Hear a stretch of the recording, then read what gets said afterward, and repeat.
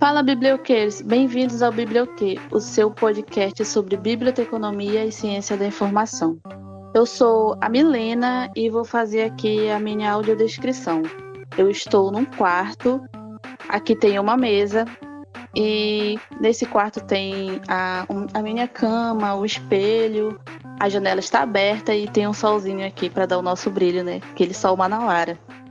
E se você chegou aqui agora e tá perdidão sem saber exatamente o que faz o bibliotecário, escuta o nosso primeiro episódio, lá explicamos tudinho, mas só depois, tá? Continua por aqui que vai ser bem legal. E hoje nós teremos a honra de bater um papo com uma professora que é uma heroína aqui pra gente do podcast. Uma não, duas, pois teremos também uma mediadora especialíssima, a professora Dani Inomata, neste episódio repleto de informações. Olha, com uma introdução dessas, né, eu já vou logo me apresentando. Eu sou a professora Daniela Inomata, ou Dani Inomata, né? Estou muito feliz de estar aqui participando desse episódio, né, com essa maravilhosa Ana Virgínia. Eu vou fazer a minha autodescrição, né? Eu sou uma mulher amazônica, eu estou num quarto, né? Ao fundo vocês conseguem visualizar uma peneira pendurada na parede. Eu estou vestindo uma blusa preta com flores, né? Com várias flores, com flores coloridas. Eu tenho cabelo mediano, preto, né? Estou aqui super animada, né? Para esse episódio. Fundada em 29 de outubro de 1810, logo após a chegada de Dom João VI e sua corte.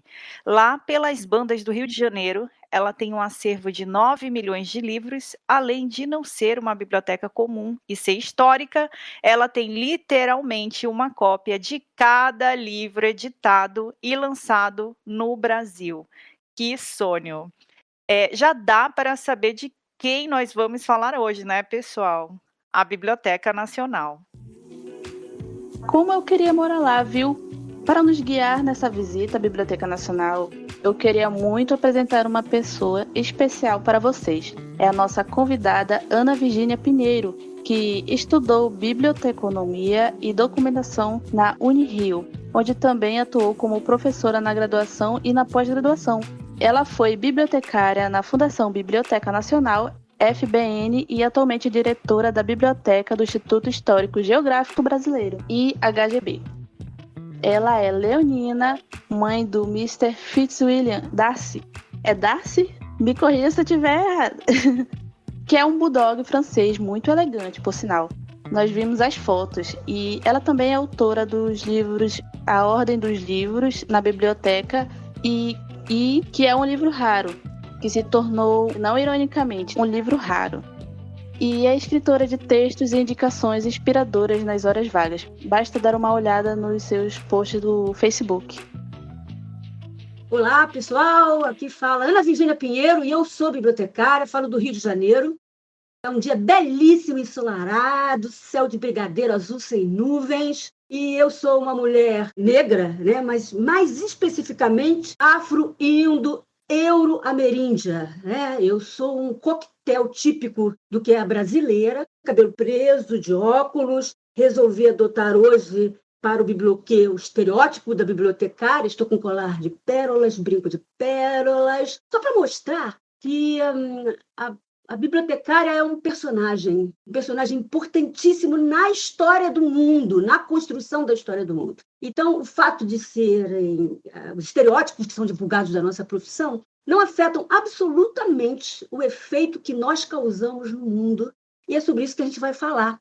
Especialmente quando você está numa biblioteca como a Biblioteca Nacional Brasileira, né, que é a maior biblioteca da América Latina, entre as 10 maiores do mundo, e é a única biblioteca real, uma biblioteca que pertenceu a uma cabeça coroada europeia nas Américas. Isso é importantíssimo de dizer. Uma biblioteca que foi comprada, né? Então, eu estou aqui no meu escritório de trabalho, acompanhada do Mr. Fitzwilliam Darcy, onde eu trabalho, onde eu escrevo meus textos, e estou aqui para falar com vocês, contar para vocês um pouco da história de nós todos, Biblioteca Nacional. muito bom. Professora Ana Virgínia, nós somos um podcast da Biblioteconomia, né? Mas tem muita gente, né, que parou para ouvir o Biblioquê, né, que pode estar nos ouvindo nesse momento, não imagina, né, e não imagina o que é a Biblioteca Nacional. E o papel é fantástico, né? Não apenas de ser uma biblioteca gigante e imponente. Por exemplo, o depósito legal, o registro autoral e várias outras atividades que são desenvolvidas na Biblioteca Nacional, que além de fomentar a nossa bibliografia, ainda guardam a nossa memória, a nossa cultura, né? Como foi para você estar nesse lugar tão formidável, né? E como foi a sua trajetória dentro da Biblioteca Nacional? Principalmente como chefe da divisão de obras raras, né? Um campo que traz consigo, né, uma mística tão grande, não só para nós, pessoas bibliotecárias, mas também para o público, né, que imagina que aqueles livros antiguíssimos, né, e até místicos. Nós gostaríamos que você falasse sobre isso.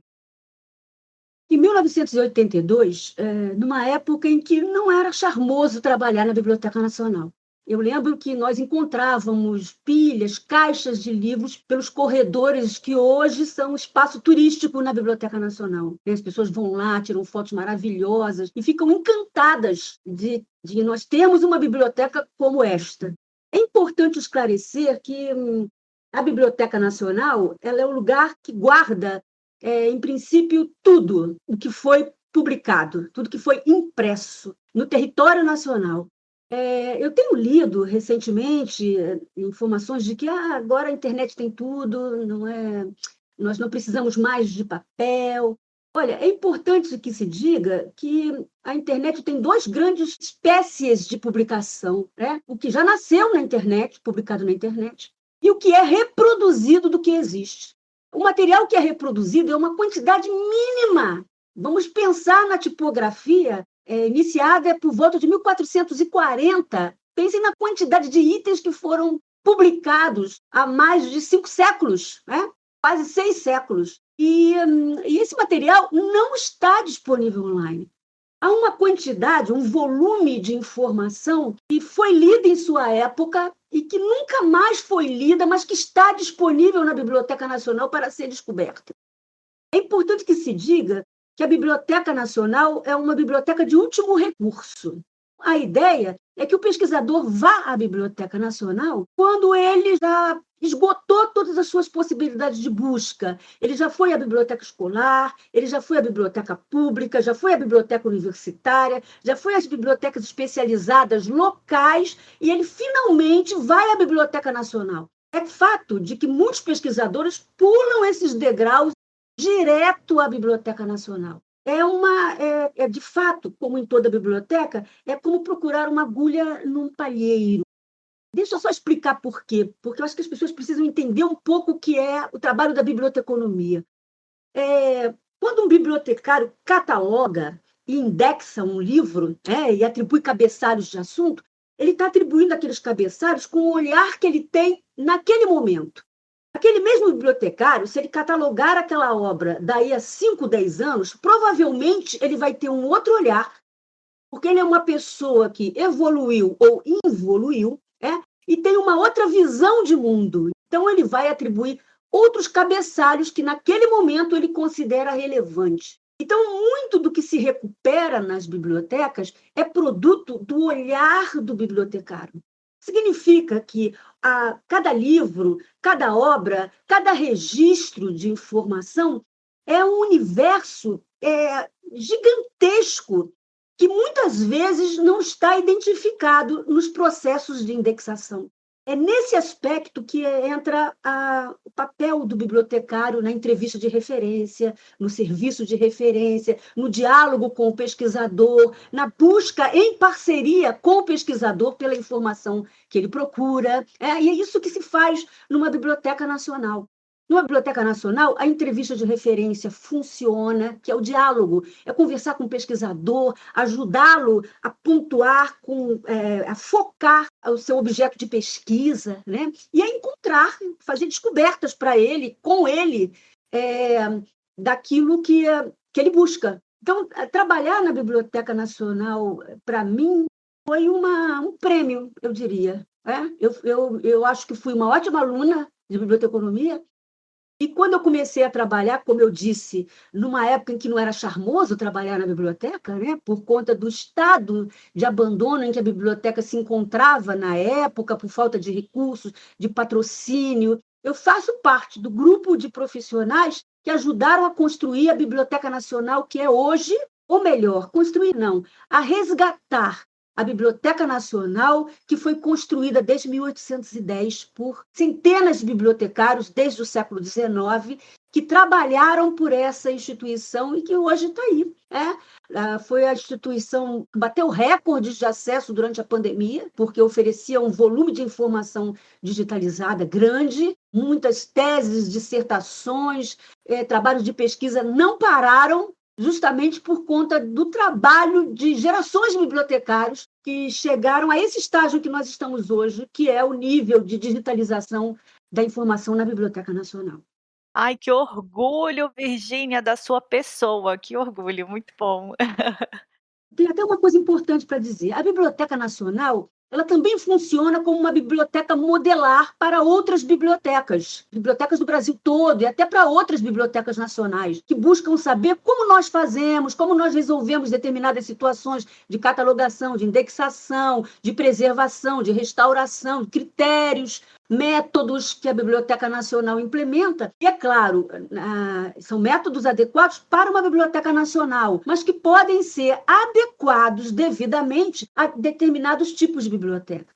Então, para mim, trabalhar na Biblioteca Nacional por quase 40 anos, né, e poder estabelecer normas, formalizar passo a passo, rotinas, regras, procedimentos, e quando eu viajo e vejo alguma coisa que eu ajudei a construir sendo replicada numa biblioteca estadual, numa biblioteca municipal, eu me sinto, meu Deus, olha só, fui eu que fiz isso.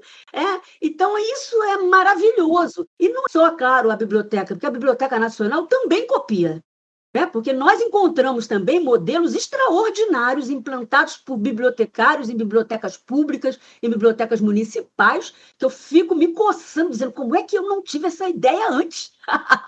E peço licença e a gente reproduzia, trazia aquela ideia e até aperfeiçoava na Biblioteca Nacional e, é claro, difundia em eventos, em congressos, para as pessoas saberem como nós fazemos. Se nós observarmos, muito do que acontece na biblioteconomia, em termos de eventos científicos, são relatos de experiência. Infelizmente, né, nós precisamos um pouco mais de teoria. Mas, mesmo assim, os relatos de experiência são modelares. Muitos bibliotecários que precisam aprender a colocar a teoria na prática. Então, quando eles encontram esses modelos de prática, isso é uma referência para eles. E o conhecimento é isso, né? O conhecimento é colaborativo, né? E é importante você divulgar o que faz, né? E verificar as boas práticas do outro e também compartilhar as boas práticas, né? Que são pensadas para a Biblioteca Nacional, para as bibliotecas brasileiras, né? E disseminar isso. Concordo totalmente com a sua fala. Esse é o verdadeiro marketing da biblioteconomia. Você não pode esperar que alguém reconheça o seu trabalho. Você tem que dar visibilidade ao seu trabalho. Nos anos que eu trabalhei na Biblioteca Nacional, eu montava exposições sem que ninguém me pedisse, fazia entrevista de referência com o usuário, pedia para ele divulgar o nosso trabalho. Eu lembro que eu fui 2 vezes ao programa do Jô Soares, né? Na época em que o programa estava no auge. E nas 2 vezes que me convidaram, eu pedi espaço para divulgar a minha profissão. Na primeira vez ele foi sensacional, ele deu todo o espaço, e na segunda também. Tanto, Daniele, que eu tive alunos que me disseram que foram fazer biblioteconomia depois que viram aquela entrevista, porque não tinham assim, noção do que a biblioteconomia pode fazer, porque a biblioteconomia salva, a biblioteconomia cura, a biblioteconomia liberta, a biblioteconomia condena, a biblioteconomia cultiva. Basicamente, nós salvamos vidas. Tanto que me incomoda muito quando as pessoas dizem que um bibliotecário é um mediador da informação. Eu preciso escrever um pouco sobre isso, que há muita literatura apontando o bibliotecário como mediador. Ele é o mediador entre o pesquisador e o acervo. Eu discordo disso completamente. Eu sou uma pesquisadora. O bibliotecário é um cientista que trabalha com o registro e a recuperação da informação. No meu ponto de vista, isto é, no ponto de vista do bibliotecário, o mediador da informação é o usuário do acervo, porque é o usuário que leva a informação que eu organizo para a população, para o cidadão comum, para o grande público. O usuário, o pesquisador, não é um indivíduo que encosta no meu balcão, na verdade é um instrumento para fazer chegar ao grande público o trabalho que eu desenvolvi, que eu aprendi na faculdade, porque a faculdade lapidou, porque é importante dizer que bibliotecários como reis e poetas nascem feitos, Então, o curso lapidou uma paixão que eu já tinha por livros e por bibliotecas, e eu uso as pessoas que vão a bibliotecas para difundir uma informação que eles não encontrariam só buscando no catálogo. Então, é nesse aspecto que eu acho fundamental. Uma situação aconteceu comigo há anos. Eu trabalhava na divisão de manuscritos da biblioteca e eu atendi um pesquisador, um historiador da arte, que estava estudando os livros de horas. Livros de horas são publicações manuscritas dos séculos XIII, XIV, XV. A Biblioteca Nacional tem 9, se não me engano, e eu tinha feito a descrição dos livros de horas no catálogo. Então, eu fui chamada para conversar com ele. Conversei, expliquei a estrutura do livro de horas, o significado das cores, a disposição das imagens, porque eram livros produzidos em conventos, em mosteiros. Ele ficou encantado e foi embora. O usuário que a Biblioteca Nacional atende ele não é a biblioteca não atende a uma comunidade, porque o nosso usuário some, ele desaparece. Eu não tenho convivência com ele, Então, passado um ano, eu recebo uma encomenda na biblioteca, eu abro a encomenda, então tem uma infinidade de fotos e uma carta em que era o pesquisador dizendo que aquilo tudo tinha acontecido porque ele tinha me encontrado. Quando eu olho leio a carta e vejo as fotos, ele trabalhava numa comunidade prisional e ele dava aula de arte e ensinou a fazer livros de horas. Então, os internos nessa comunidade produziam livros em que, por exemplo, um elemento do livro de horas é o calendário. Então, eles faziam um calendário, e no calendário tinha 2 datas marcadas, que era a data em que ele chegou e a data em que ele sairia. E eles fizeram com papel artesanal, tudo desenhado à mão, tudo manuscrito. Eu fiquei impactada com aquilo. E naquele momento eu senti como eu alcançava pessoas tão distantes e que não sabiam que eu existia. Então, naquele momento, eu entendi que a biblioteconomia é a profissão que faz o bem sem ver a quem. Nós trabalhamos pelo todo, Nós não trabalhamos para um grupo específico, porque esse grupo, na verdade, é o mediador da informação que eu procuro, que eu produzo, que eu organizo. Quando um bibliotecário se apresenta como mediador de informação, ele está se apresentando sob o olhar do pesquisador e não sob o olhar da biblioteconomia, enquanto ciência que é. É importante que se tenha consciência disso. Olha, Ana, você traz aí uma reflexão importantíssima, Porque muitas vezes se replica aquilo que está na literatura sem fazer a reflexão, E você, professora Ana Virgínia, você está intimada a escrever um texto sobre isso. E, inclusive, a gente pode abrir um episódio para abordar essa questão, Eu gosto muito da tua fala de trazer o protagonismo para o bibliotecário, a bibliotecária, que é o que você está colocando, Não só de ser e não somos, só a figura de um profissional que entrega, que te auxilia para localizar, identificar um livro ou uma referência ou uma bibliografia, enfim, Gosto muito dessa tua perspectiva, com certeza de trazer esse protagonismo para o bibliotecário, a bibliotecária. Excelente a tua visão. Vou levar essas reflexões para os nossos alunos da UFAM, seguramente. Obrigada. Eu gostaria só de fazer um breve comentário. Claro, claro. Eu estou no terceiro período ainda. Muitas coisas assim são teorias, né? Mas a gente tem um professor que levou a gente para a biblioteca estadual. Era para fazer um trabalho, a gente fez o trabalho, ele apresentou e a gente conheceu. Mas teve um sábado, eu acho que foi o retrasado, se não estiver enganada, que teve um evento, né, que era focado para o público infantil. Eu percebi uma diferença, né? Quando a gente está na sala de aula, a gente tem uma certa visão, né, que é aquela do professor, ele vai explicar. E realmente, né, a gente aprende que o profissional, eu não vou dizer que é limitado, né? Mas porque a gente ainda vai ver muita coisa ainda. Mas na época a gente viu, né? Eu vi que era falado muito isso, né? O bibliotecário como mediador da informação e muito focado nisso. Aí, só que quando eu fui para a biblioteca estadual no sábado, que tinha um evento focado para o público infantil, eu percebi que o bibliotecário, as pessoas que estavam lá, eles se esforçam muito, né?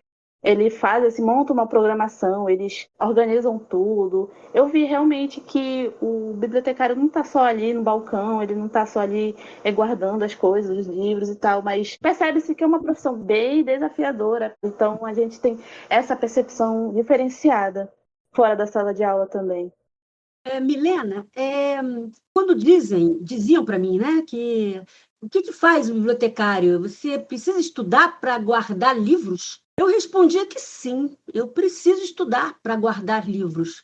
Eu preciso colar grau para ser a guardiã dos livros. O sentido de guardar no seu vocabulário é um sentido dicionarizado, Aurélio. O sentido de guardar no âmbito da biblioteconomia envolve identificação, descrição, guarda, acondicionamento, preservação, digitalização, difusão, acesso.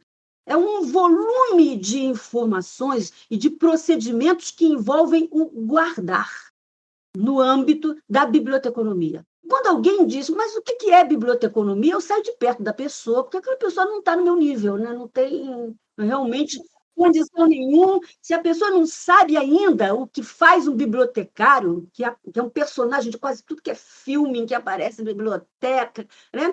Que é apontado na história humana como um erudito, deve ser, né? Eu saio de perto da pessoa. O que você viu na biblioteca pública estadual a busca pela qualificação que o bibliotecário faz depois de colar grau. O ensino da biblioteconomia, eu volto a dizer, ele lapida um talento natural que a pessoa já tem. É como em todas as profissões. Quando você quer ser médico, quer ser advogado, você já traz aquela índole pela profissão, o gosto pela profissão, o gosto por livros, o gosto pelo ambiente da biblioteca. Né?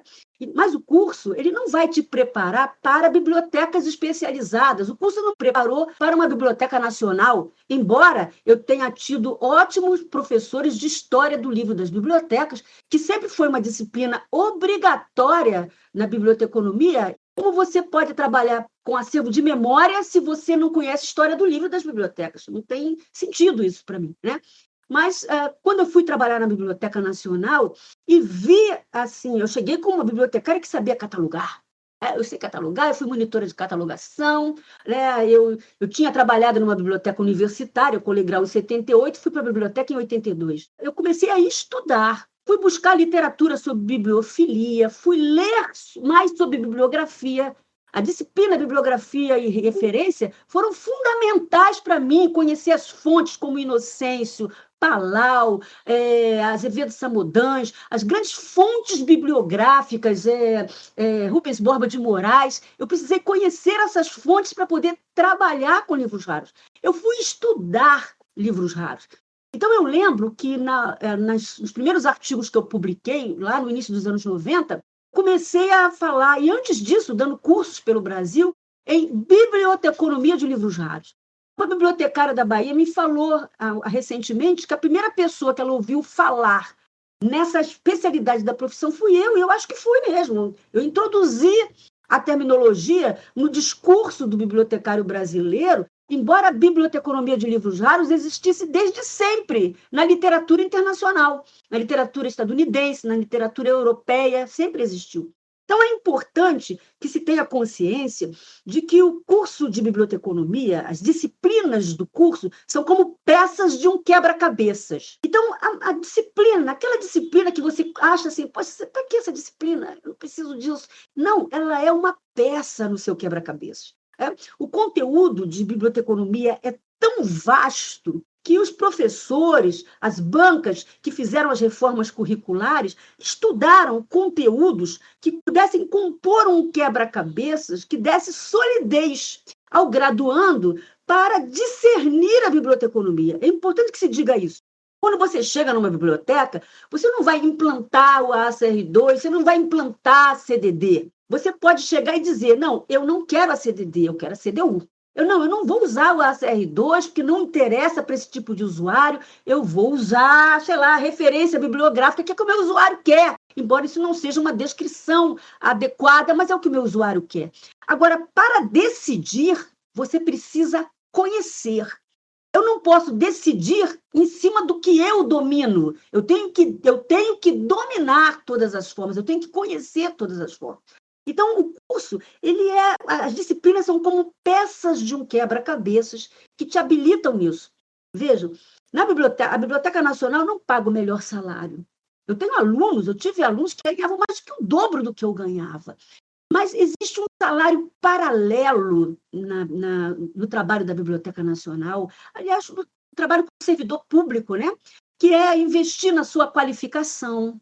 Né? Você pode fazer cursos, você aprende no cotidiano, você tem essa possibilidade de se qualificar, que é um pouco mais difícil na empresa privada. Né? Você tem a possibilidade de buscar essa qualificação. E a Biblioteca Nacional, ela investe muito no seu quadro funcional. Ela manda representantes para congressos, para eventos, né? Ela investe na publicação. Nós temos os Anais da Biblioteca Nacional, que é a nossa publicação oficial e que é destinada, basicamente, aos espaços à publicação de trabalhos feitos pelo servidor, como grandes bibliografias, trabalhos de pesquisa que o servidor desenvolve. E, é claro, né, os anais também publicam os trabalhos de eventos que a Biblioteca Nacional organiza. Os anais estão digitalizados, estão no portal da biblioteca. Eu tenho mais de um trabalho publicado nos anais. E o interessante nos anais é que é uma publicação que fica. Né? Ela não é uma publicação que se desfaz, porque ela é a publicação oficial da Biblioteca Nacional. Então, é importante que se tenha essa notícia. Quando você encontra um bibliotecário de biblioteca pública, o salário dele pode assim, vir um ridículo, vamos dizer assim. Né? Há uma movimentação para melhor retribuição desse profissional. Mas vai perguntar se ele não é feliz. Pergunta se ele não é feliz. Isso é fundamental. Vale até citar aqui um grande bibliotecário, professor da Escola de Biblioteconomia da Unirio, o professor Xavier Placé, publicou um livro que é fundamental na biblioteconomia, chamado Técnica do Serviço de Referência. Vocês encontram esses livros nos sebos online, de vez em quando aparece esse livro, porque a gente tem muito bibliotecário se aposentando, e tem gente que se aposenta e acha que não é mais bibliotecário, né? Para mim, biblioteconomia é como medicina, você é bibliotecário até morrer. Não vou doar nenhum livro meu, tô logo avisando, hein? Então, o Xavier Placé, ele disse uma coisa interessante, que eu já tenho divulgado, mas que vale a pena dizer aqui. A biblioteconomia é uma profissão que te faz bem. Então, ele compara, por exemplo, com o direito, que é uma profissão que endurece o coração, porque você lida com liberdade e com perda de liberdade, você lida com crime, você lida com pessoas que beligeram, né? A medicina é uma profissão que endurece o espírito, porque você é obrigado a conviver com a morte de idosos, com a morte de jovens, com a morte de crianças. A biblioteconomia, não. A biblioteconomia, você faz as pessoas felizes quando elas descobrem uma informação porque você organizou. Sem a biblioteconomia, as informações seriam como registros dentro de uma garrafa tirada no mar. Você teria que rezar na praia para que uma onda trouxesse a garrafa que você precisa. Na biblioteconomia, não. Na biblioteconomia, você só precisa encontrar um bibliotecário consciente da sua função social, que é levar a informação, fazer com que a informação que ele organiza alcance o grande público. Nós temos que aprender a usar nossos usuários como canais de difusão do nosso trabalho. É isso. Nossa, Ana Virgínia, que aula, né, você nos traz, né? Você, como uma boa, uma excelente professora que traz aí uma aula para gente. E tenho que dizer para quem está nos ouvindo, né, nesse momento, que esse estúdio aqui nunca ficou tão lotado na gravação de um episódio como está hoje. Tá, Ana? Então saiba disso, né? A equipe foi chegando aqui, tô vendo vários integrantes. Esse é o efeito Ana Virgínia, a biblioteconomia. Somos gratos por isso. Mas vamos lá, continuando aqui. Eu gostaria que a senhora contasse um pouco da sua formação e como ela te levou à Biblioteca Nacional. Olha, eu colei grau em 1978, né? Eu sou de uma família muito pobre, pobre de Maré, desci. Eu fui a primeira entre 5 irmãos a colar grau numa universidade, e isso ainda é comum na biblioteconomia. Encontra muitos alunos que serão os primeiros de suas famílias a colarem grau universitário. Eu lembro que quando eu fui fazer biblioteconomia, fiz vestibular na época, eu passei em terceiro lugar na minha universidade, porque eu prometi para o meu pai que eu passaria para uma universidade pública. E o meu pai, na época, achava que eu tinha que fazer direito, medicina. Eu lembro que eu fiz a pontuação para direito. Eu consegui pontuação para universidade pública. Mas eu sempre me encantava com aquela senhora na biblioteca das escolas, né, onde eu estudei, fazendo aquele trabalho com livros, fazendo reunião para debates de livros, né? Eu sempre gostei, assim, não posso dizer que gostei de ler. Eu sou uma dependente química da leitura. Ler, para mim, não é prazeroso. Ler, para mim, é uma necessidade fisiológica. E eu lembro que eu esgotava a leitura dos livros na biblioteca. E como eu era muito esquisita, eu sempre fui uma adolescente esquisitona, eu passava meu tempo lendo, eu ia para a praia com os amigos, o pessoal jogando vôlei, eu ficava lendo na praia, sabe? Lendo, estudando na praia. E fui fazer biblioteconomia, fui trabalhar numa biblioteca universitária, fui selecionada porque eu sabia catalogar. Nem todo mundo sai da faculdade sabendo catalogar, mas eu tive ótimos professores de catalogação. Fui monitora de catalogação e era numa época em que se despedia muito, havia um problema na economia e a cada 6 meses saía um listão de funcionários demitidos e eles sempre demitiam o pessoal da biblioteca. Então, eu lembro que na biblioteca em que eu trabalhava não ficou ninguém, nem eu. Eu fiz concurso para ser oficial da Marinha, logo na primeira turma de militares. Eu acho que eu gabaritei a prova. Mas não pude pedir revisão, porque as provas foram incineradas imediatamente. Estava no regulamento de que as provas seriam incineradas. E eu fiquei muito triste porque eu não passei, embora eu tenha saído da prova com a certeza de que eu tinha passado. Mas, sei lá, estava escrito, né? Eu tinha que ir para a Biblioteca Nacional e eu fui chamada para um projeto, o Subprojeto Integração do Acervo Histórico. Foi um projeto delineado por uma grande bibliotecária brasileira chamada Célia Ribeiro Zaer, bastante idosa, mas eu acho que ainda ativa intelectualmente. E ela desenhou um grande projeto, ela foi chamada pelo ministro da Cultura, secretário de Cultura à época, no início dos anos 80, para tirar a biblioteca do limbo. E ela estava à frente na biblioteca da Unesco, então veio de lá para o Brasil e criou uma estrutura de trabalhos em projetos com equipes terceirizadas. Foi assim que eu cheguei na Biblioteca Nacional. Eu fui trabalhar especificamente num subprojeto chamado Subprojeto de Integração do Acervo Histórico, coordenado por uma grande bibliotecária, uma bibliotecária gigante, chamada Celi de Souza Soares Pereira, que nos deixou no início deste ano, já bastante idosa. Ela tinha sido chefe de obras raras, aposentada, foi chamada para coordenar esse projeto.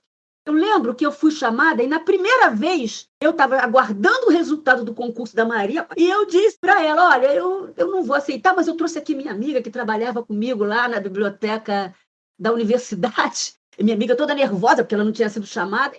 Menos de um mês depois saiu o resultado e o meu nome não estava. Fiquei num estado de tristeza.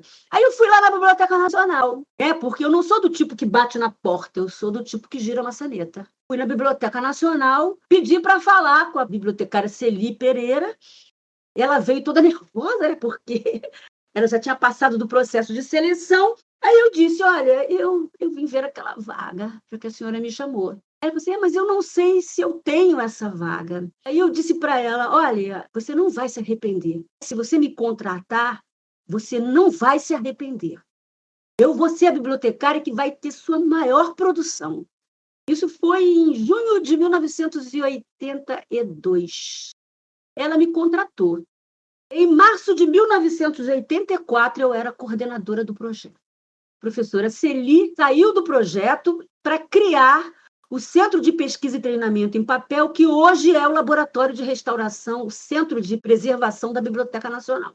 Ela saiu e criou. Na época, a própria Célia Azar entendia que essa área de preservação na Biblioteca Nacional tinha que ser chefiada por um bibliotecário, na época, E a Celi saiu para criar o centro, e eu era bibliotecária com a maior produção estatística na catalogação de livros raros. Então, enquanto um bibliotecário médio, por exemplo, catalogava 30 livros por mês, só para vocês terem uma ideia, a catalogação de um livro regular, livro corrente, um bibliotecário fazendo a catalogação, a ficha de autoridades, a ficha de o topográfico, preparando para acomodação na estante, fazendo o preparo completo do livro.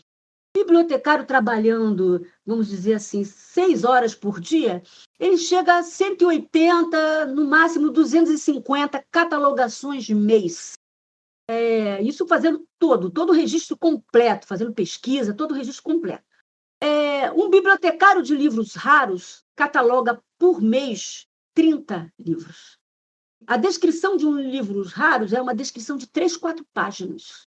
Então, tentem pensar nisso em fichas, tentem pensar nisso numa página online, de 3, 4 páginas. Ela é gigante, é uma catalogação enorme. Então, enquanto o bibliotecário regular fazia 30, eu fazia 50, 60, porque eu estudava. Eu voltava para casa e eu estudava. Eu era bibliotecária 24 horas. Porque era prazeroso. Eu não estou dizendo que eu não saía, que eu não danço. Claro, olha só, eu danço, gente. Eu sou dançarina de salão, minha especialidade é gafieira. E eu saio com amigos, eu passeio, eu viajo, eu criei 2 filhos, tenho netos, então eu tenho uma vida social intensa. Mas eu sou bibliotecária 24 horas. Então, eu era bibliotecária 24 horas. Eu lia sobre livros raros. Então, quando eu chegava no cotidiano da biblioteca, não havia novidade para mim. E quando aparecia uma novidade, eu ia pesquisar sobre isso. Então, eu catalogava com o pé nas costas livros raros. Isso é importante que se diga. Volto a dizer, o curso de biblioteconomia lapida talentos. É você, estudante de biblioteconomia, bibliotecando, futuro bibliotecário, que vai construir o bibliotecário que você será, não vai ser o curso. Até um professor ruim, vamos dizer assim, é um bom exemplo, porque ele é um exemplo de profissional que você não quer ser. Você tem um referencial, olha, eu não quero ser como ele. Ou você vai ser como ele, ou você vai se permitir ser como ele.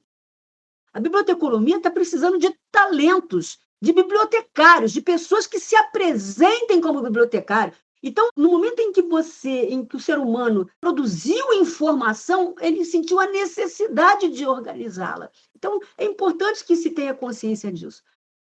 Na Biblioteca Nacional, eu entrei em 1982, em 84 eu já era coordenadora. Eu lembro que eu tinha que contratar 35 bibliotecários. Sabe o que eu fiz? Peguei a lista dos meus colegas de turma, liguei para cada um. Pensem nisso, Existem algumas formas de você se colocar no mercado. 3, principalmente. A primeira é concurso, obviamente, que atualmente são concursos bem limpos, Concurso público. A segunda é indicação de professor. O professor vê quem é bom, quem não é, quem é dedicado, quem não é, quem é estudioso, quem não é. E muita gente pergunta a um professor, pode indicar um bibliotecário? Eu preciso de um bibliotecário assim, assado e tal. E o terceiro, pasme, é o colega que senta do lado. Esse colega vai se colocar no mercado e vai precisar de outro. E vai chamar você, se você for bom. Né? Se você for aquela pessoa é boa e eu não posso correr o risco de indicar alguém que não vai dar resultado. Então, ele não vai indicar o amigo, ele vai indicar o bom. Aí eu fui trabalhar na Biblioteca 84 com a Constituição de 88. A Constituição regularizou a situação dos terceirizados no serviço público, porque o Brasil não tinha condição de fazer concurso, e se os terceirizados fossem demitidos, tudo parava. Para vocês terem uma ideia, a Biblioteca Nacional era praticamente terceirizada, eu diria que 95%, em 82 e 84. Os 5% que sobravam eram os estatutários, já bastante idosos. Muitos não deixaram memória de procedimentos. Praticamente, a biblioteca ressurgiu a partir da biblioteconomia daquele momento, né, trazida pelos jovens bibliotecários, que foram jovens, eu digo assim, de todas as idades, mas bibliotecários formados de pouco tempo. Fui em 84 para lá, trabalhei chefiando, coordenando projetos. Eu diria que a maior parte do meu tempo na Biblioteca Nacional foi coordenando projetos, que é a minha especialidade. Fiz um curso de especialização na Fundação Getúlio Vargas em Administração de Projetos Culturais, patrocinado pela Biblioteca Nacional. Fiz o meu mestrado na Fundação Getúlio Vargas, também na área de administração pública, e a minha dissertação foi sobre bibliotecas públicas. E eu não fiz doutorado, mas o meu mestrado na Fundação Getúlio Vargas abre muitas portas para mim, especialmente fora do Brasil, pelo peso que a Fundação Getúlio Vargas tem em termos de representação mundial. E eu fiz o curso principal da Fundação, que é Administração Pública. E hoje a Biblioteca Nacional investe muito na titulação dos seus quadros. Nós temos hoje vários mestres e doutores que fizeram os cursos trabalhando na Biblioteca Nacional com liberação de horário. Como toda servidora pública, eu fui defenestrada. O que é defenestrar? A palavra vem de fenêtre, francesa, que significa janela, que é jogar pela janela. Significa que ele é tirado da área que ele trabalha, jogado num canto, ele é impedido de trabalhar. Isso aconteceu comigo e vai acontecer com todos vocês. Provavelmente já aconteceu com alguns de vocês ou vai acontecer, porque talento incomoda. A dedicação incomoda. E o que mais incomoda é você vencer tudo isso. Esse processo doloroso de trabalhar com outras pessoas também traz um aprendizado que você só teria passando por isso, que é o amadurecimento profissional, sua capacidade de debater e de discutir. Uma coisa que eu aprendi é que é muito difícil discutir com quem sabe. O conhecimento, a informação é poder. Esse é o sentido de poder. Quando você conhece, você fica empoderado. Então, é muito difícil alguém apresentar um argumento que destitua o seu argumento de valor. Então, nesse aspecto, eu fui feliz na Biblioteca Nacional, participando de reuniões, de debates. Mais de uma vez, eu fui chamada para participar das reuniões por conta do conhecimento que eu tinha da biblioteconomia. Eu já ouvi de bibliotecários, ou prefiro dizer bacharéis em biblioteconomia, me dizendo, é difícil falar com você porque você fica usando esses termos. Eu falei, não, eu estou falando termos técnicos da biblioteconomia. Então, se você não conhece, ignora, deixa que eu vou em frente aqui. E eu trabalhei na Biblioteca Nacional no início dos anos 2000, em 2004, que eu fui chefiar a divisão de obras raras. A biblioteca tinha sob a sua direção um bibliófilo que me chamou e dizia o seguinte, olha, Ana Virgínia, eu não conheço você. Conheço você pelo que você escreve. Foi assim que eu cheguei à chefia de obras raras e fui a chefe mais longeva. Eu fiquei 16 anos à frente da chefia de obras raras e pude implantar metodologias para descrição, para catalogação de livros raros. Publiquei, tem trabalho meu disponível na internet sobre catalogação de livros raros. Critérios para políticas de FDC, formação e desenvolvimento de coleções. também se aplica a livros raros. Vocês vão aprender formação e desenvolvimento de coleções, as políticas e os critérios aplicados a acervo corrente. Mas parte desses critérios podem ser adequados e o processo de adequação te habilita, pela leitura, a produzir novos critérios para o contexto do livro raro, como a antiguidade, a produção essencialmente artesanal, a completude, a ocorrência de iter, que é o itinerário, as marcas de itinerário que o livro teve, desde a tipografia até a prateleira da sua biblioteca. Essas marcas de iter incluem o que chamam de marcas de proveniência, marcas de posse. A proveniência é um sentido arquivístico, significa o anterior. O sentido de proveniência remete apenas à guarda anterior. Posse remete a todos aqueles que tiveram a posse do item, inclusive leitores, que podem deixar marcas no item, né? Então, é uma infinidade de critérios que eu ensino nos cursos sobre livros raros, né? Eu vou dar um curso sobre livros raros no Instituto Histórico Geográfico no segundo semestre deste ano. E vou divulgar nas redes. E nós vamos compartilhar aqui também com você, ouvinte, né, esse curso, maravilha. Ana, você falou sobre essa questão do nosso valor enquanto profissional da informação, enquanto bibliotecário, né? Você falou do valor inestimável que foi toda essa trajetória, né, na Biblioteca Nacional. Aproveitando essa fala de valor, nós recentemente lemos, né, a tua entrevista no O Globo, né, e ficamos nos perguntando, para você que trabalhou aí com acervos, né, que são considerados únicos, e que tenho certeza que muitos bibliotecários e bibliotecárias adorariam, né, trabalhar, mas tem um percurso aí, viu, pessoal? E além desse valor comercial dessas obras, né, esse valor comercial ele é inestimável, dado ao valor de estima, ao valor de pertencimento dessa obra na nossa Biblioteca Nacional, né? É inestimável esse valor das obras raras aí na nossa história. E como funciona esse trabalho de restauração, de conservação na Biblioteca Nacional, se você puder contar isso para a gente? Qual é o valor, né, desse patrimônio que temos? É dificílimo, Daniele, trabalho do bibliotecário. Imagina, a Biblioteca Nacional tem 2 exemplares da Bíblia de Mugúncia, né, que foi a segunda Bíblia completa impressa no mundo em 2 volumes, que é maravilhosa. Imagina um livro impresso sobre pergaminho. Nós temos clássicos, os grandes clássicos da literatura brasileira. Nós temos os originais, os impressos, exemplares impressos que pertenceram ao próprio autor, com anotações manuscritas, preparando a próxima edição. Temos retratos, gravuras, desenhos, mapas, partituras musicais. Tenta imaginar nesse universo a dificuldade que o bibliotecário tem para definir o que vai ser preservado e o que vai ser digitalizado.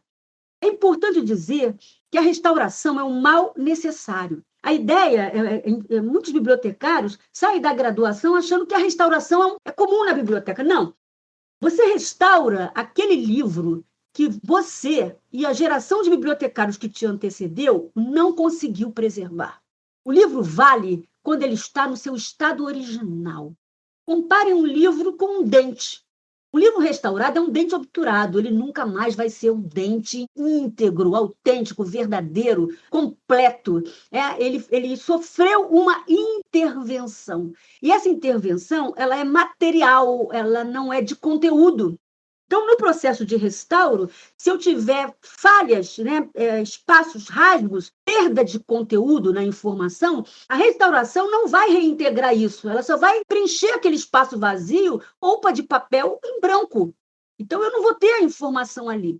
Por que eu restauro? Eu restauro, volto a dizer, para atribuir de novo condições de manuseio a um item importante que não estava nessas condições. O ideal é trabalhar para evitar o restauro. A ideia de restauração como mal necessário, ela é de restauradores, grandes restauradores do século XIX, que trabalhavam com restauração arquitetônica, né, que é a base teórica da restauração de toda sorte hoje. Vai envolver muito a circunstância. Por exemplo, a Biblioteca Nacional, nós já tivemos diretores, ela é uma fundação, ela não é exclusivamente uma biblioteca. Então, nós já tivemos diretores bibliotecários, escritores, poetas, bibliófilos, cientistas sociais, cientistas políticos. Hoje nós temos um escritor, um poeta e escritor, Marco Lucchesi, que dirige a biblioteca, ele é presidente da Fundação Biblioteca Nacional. E uma característica é de que a biblioteca acaba assumindo políticas dentro do perfil de interesse de seu presidente. Não que a biblioteca trabalhe para o presidente. Na época em que, por exemplo, Afonso Romano de Santana foi presidente da Biblioteca Nacional, que foi o período em que eu fui diretora da área de acervo, de toda a área de acervo, ele é um poeta, então ele investiu na poesia brasileira, ele criou a revista Poesia Sempre, que ainda hoje é publicada, ele investiu em prêmios literários, pediu que se investisse na restauração e na preservação da literatura brasileira no acervo da Biblioteca Nacional. Quando tivemos o bibliófilo Pedro Corrêa do Lago na direção da biblioteca, no início dos anos 2000, ele investia na preservação dos itens mais preciosos que existiam no acervo. Hoje, nós temos o Marco Lucchesi, que certamente vai investir, vai ter um enfoque voltado para a cultura italiana, para as grandes publicações e edições italianas que compõem o acervo da Biblioteca Nacional e que não foram consideradas em administrações anteriores, mas ele chegou e, neste momento, ele vai considerar. Claro que a prioridade da Biblioteca Nacional é a coleção brasiliana, isto é, a partir de um conceito de Rubens Borba de Moraes, que está num livro maravilhoso que eu indico para vocês, que é o Bibliófilo Aprendiz, de Rubens Borba de Moraes. Ele diz o seguinte, ele criou o termo brasiliano e brasiliense, os dois termos. Então, o que é uma brasiliana? É um livro sobre o Brasil, publicado no período colonial até 1808, quando foi criada a tipografia régia no Brasil. Então, tudo que foi publicado em 1808 para trás, por brasileiros ou estrangeiros, sobre o Brasil, mesmo que seja um capítulo, mesmo que seja um parágrafo, é arrolado como bibliografia brasiliana. Esta é a prioridade de preservação. Então, nós já temos uma política, que é o foco na brasiliana. Então, a nossa prioridade de preservação, higienização, acondicionamento e, eventualmente, restauração é a itens da coleção brasiliana. Quando nós selecionamos, nós também selecionamos para a possibilidade de digitalização e de edição facsimilar, que é a edição impressa. Na época em que eu chefiei Obras Raras, eu trabalhei com o Marco Lucchesi, ele era um coordenador da área de preservação, e nós fizemos uma seleção no acervo de raridades que mereciam digitalização e edição facsimilar.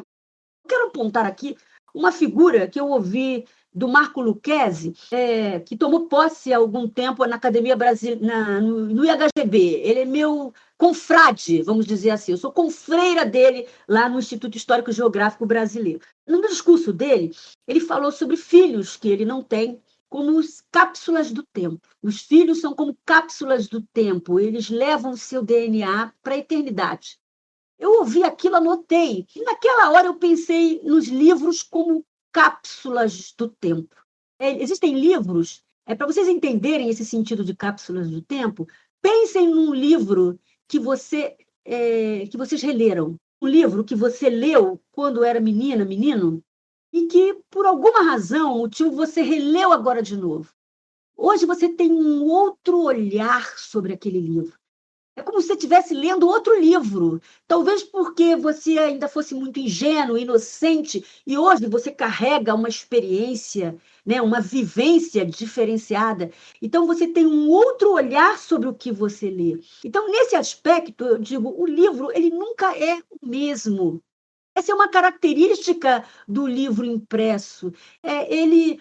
O significado do livro depende do olhar de quem olha, do sentido que é dado a ele. Vou dar um exemplo para vocês desse sentido de cápsula do tempo. Eu atendi um pesquisador francês que está produzindo uma biografia do Santos Dumont.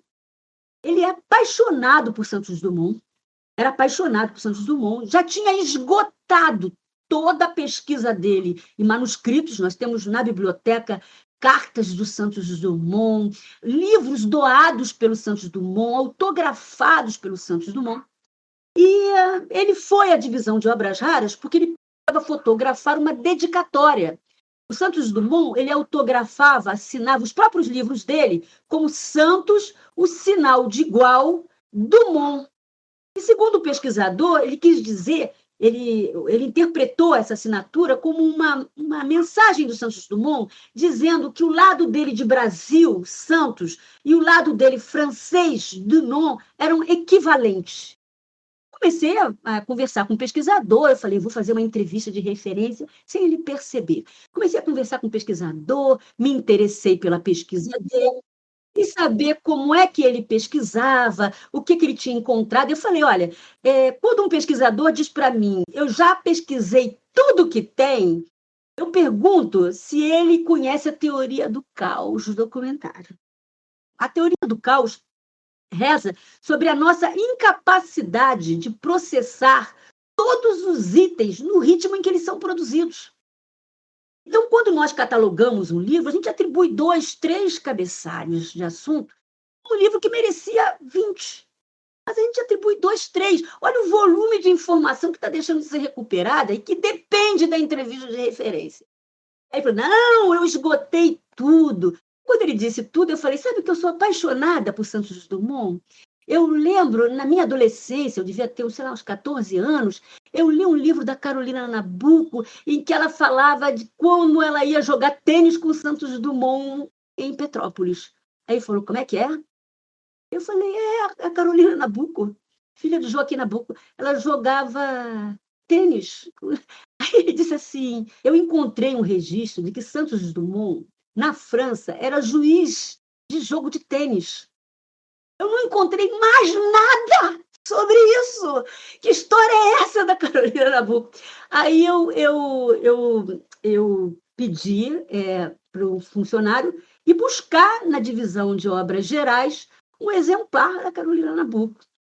E localizei a passagem e mostrei para ele, que transcreveu, fotografou, pediu meu nome, porque ele disse que ele tinha que me citar nos agradecimentos dele. Por quê? O que a Carolina faz? Escreve as férias, né, de gente rica em Petrópolis e conta que ia aquele grupo de jovens e que ela cita os nomes e entre eles está o Santos Dumont. E ela falava uma curiosidade, ele não gostava de perder, ele era baixinho e perdia sempre. Então, quando ele perdia, ele ficava mal-humorado o dia todo. Então, todos combinavam que quando ele jogava, eles perdiam, porque aí ficava tudo bem, não tinha nenhum clima.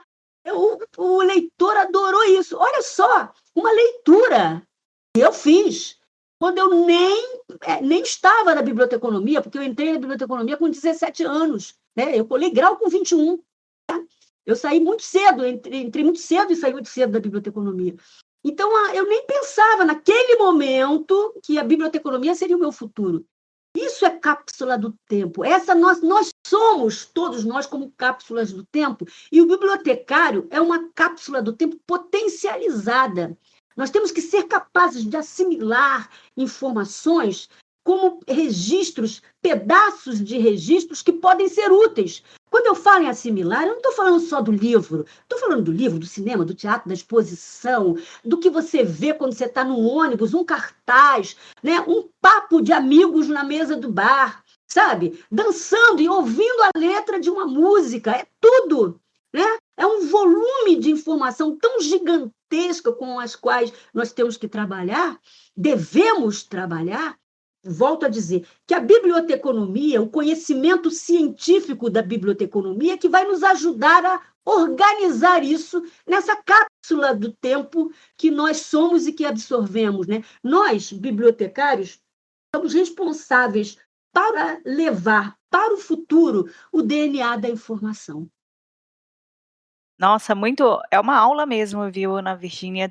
Nós temos ainda aqui outras tantas perguntas, assim, sabe? E aí você vai complementando muito do que nós tínhamos, né, para te perguntar. Muito bem, ouvinte, se você chegou até aqui, esse episódio só termina quando acaba. Temos aí uma próxima edição, um próximo episódio, fique ligado. Agradecemos aí então aos nossos roteiristas, Lana e Luiz Fernando Leleco. Esse episódio foi mediado por Milena e Daniela Inomata e editado pelo Vitor Hugo. Agradecemos os nossos parceiros, o Centro Acadêmico de Biblioteconomia e a Faculdade de Informação e Comunicação da Universidade Federal do Amazonas. E o prestígio de ter conosco a nossa convidada Ana Virgínia Pinheiro. Um abraço e até o próximo episódio.